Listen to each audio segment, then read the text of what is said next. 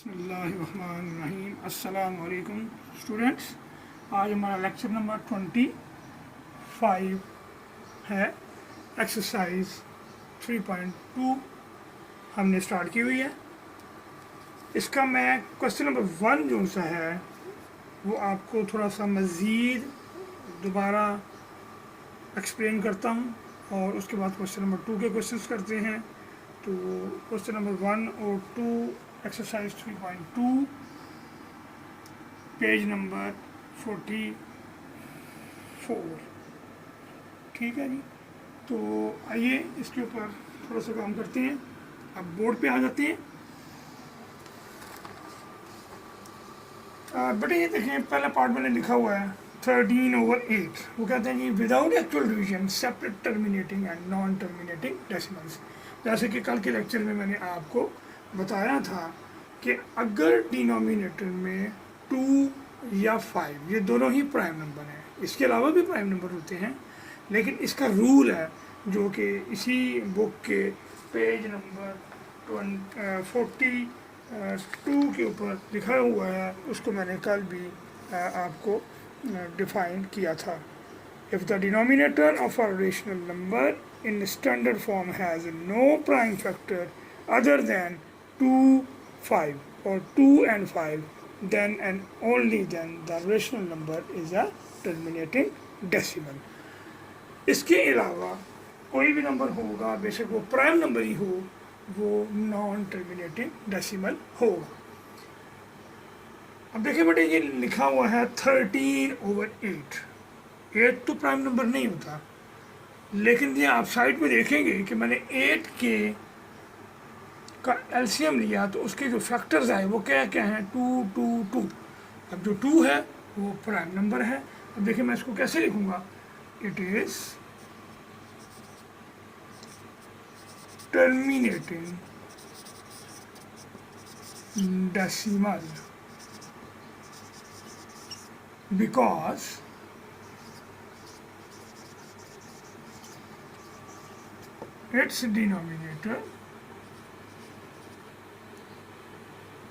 its denominator has factors। क्या factors रखता है वो, 2 × 2 × 2।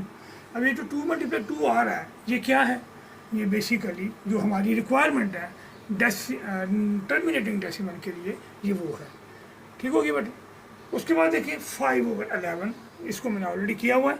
अब इसमें ये 11 आ गया है, ये प्राइम नंबर है, लेकिन हमारी रिक्वायरमेंट है कि 2 और 5 अगर आ जाता है डिनोमिनेटर में तो वो टर्मिनेटिंग होगा, अदरवाइज वो नॉन टर्मिनेटिंग होगा। तो ये देखिए, it is non terminating decimal because it's denominator is 11। इसी तरह देखिए 9/6। पहले मैंने इसकी स्टैंडर्ड फॉर्म कर लिया। स्टैंडर्ड फॉर्म क्या होती है, इसको एक ही टेबल से मैंने कट कर लिया। ये दोनों 9 भी और 6 भी दोनों 3 के टेबल से कट हो जाएंगे। ये क्या हो जाएगा, 3/2। अब मैंने इसको क्या लिखा, ये ओवर में क्या आ गया, इधर नहीं आ रहा था, इधर क्या आया, 2 आ गया। It is terminating decimal because denominator of its standard form. Standard form कौन सी है, ये वाली। It's standard form is 2। ये इसकी रीज़न होगी। फिर आगे एक और मैंने क्वेश्चन बेटा किया 20/15। इसका भी मैंने स्टैंडर्ड फॉर्म ले लिया। 5 के टेबल से ये दोनों कट हो गए और नीचे क्या आ गया, ऊपर आ गया 4 और नीचे क्या आ गया डिनोमिनेटर में 3।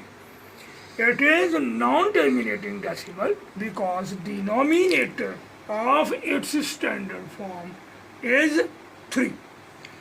3 होने की वजह से ये नॉन टर्मिनेटिंग हो गया, ये 2 होने की वजह से ये टर्मिनेटिंग हो गया। इसके बाद हम आ जाते हैं क्वेश्चन नंबर 2 के ऊपर।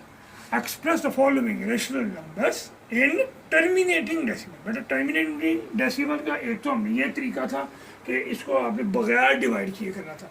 अब जो हम कर रहे हैं इसमें हमने बाकायदा इसको डिवाइड करना है।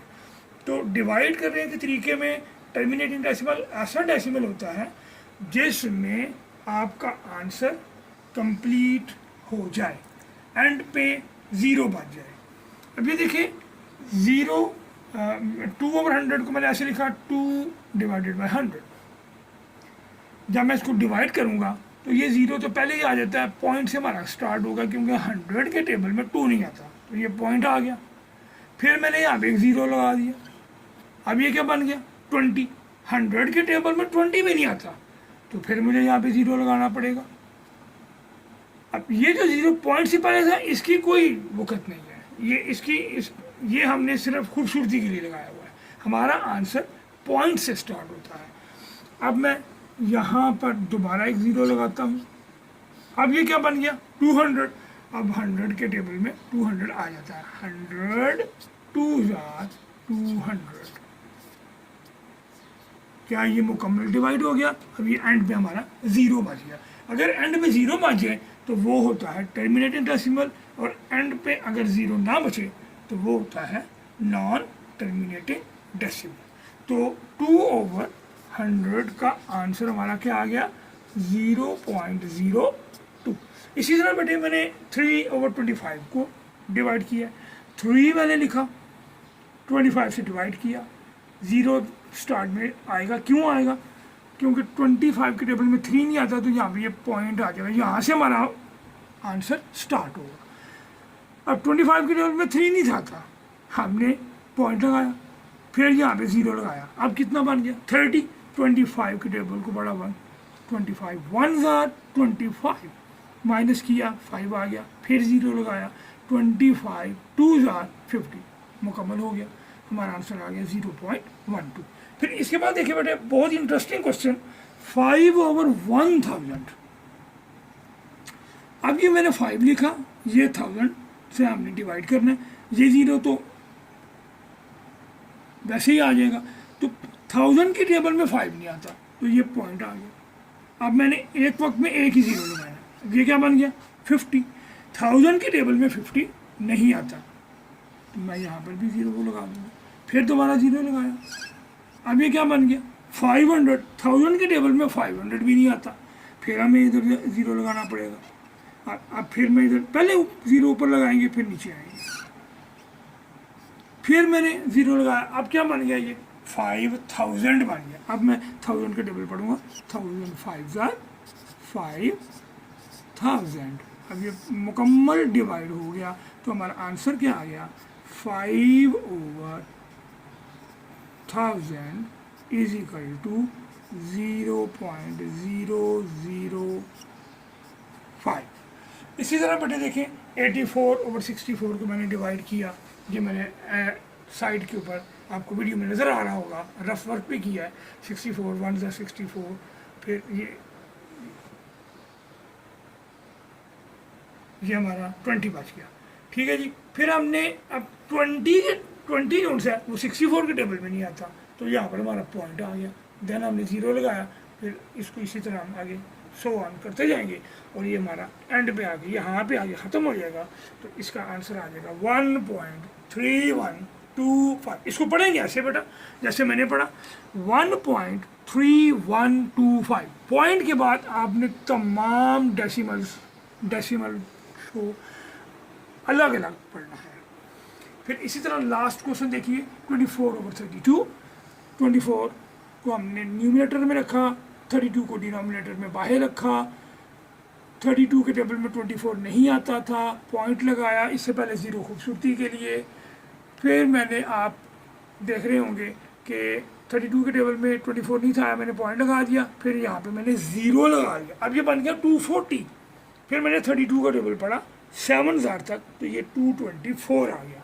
फिर मैंने इसको माइनस किया, 10 में से 4 माइनस किए 6, यहाँ पे 3 रह गया, 2 माइनस किए 1, फिर 0 लगाया। अब ये हो गया 160। 32 का टेबल पड़ा 5 टाइम्स, तो ये हमारा आ गया 160। इस तरह हमारा आंसर आ गया 0.75। तो ये थे टर्मिनेटिंग डेसिमल्स। कल इंशाल्लाह, कल के लेक्चर में मैं आपको नॉन टर्मिनेटिंग डेसिमल और इसका चौथा क्वेश्चन है उनको राउंड ऑफ करना डेसिमल्स को, कल इंशाल्लाह मैं आपको उस लेक्चर में दूंगा। और 1-2 दिन में इंशाल्लाह हम तीसरे चैप्टर को ख़त्म कर देंगे। तो मुझे उम्मीद है कि आपको मेरे 24th लेक्चर में जो कन्फ्यूजन्स अगर आपको थी तो वो भी क्लियर हो गई होंगी, और क्वेश्चन नंबर 2 की भी आपको समझ आ गई होगी। आप इसको अपनी कॉपीज़ के ऊपर नोट कर लीजिएगा और इसकी अच्छी तरीके से प्रैक्टिस कीजिएगा। शुक्रिया।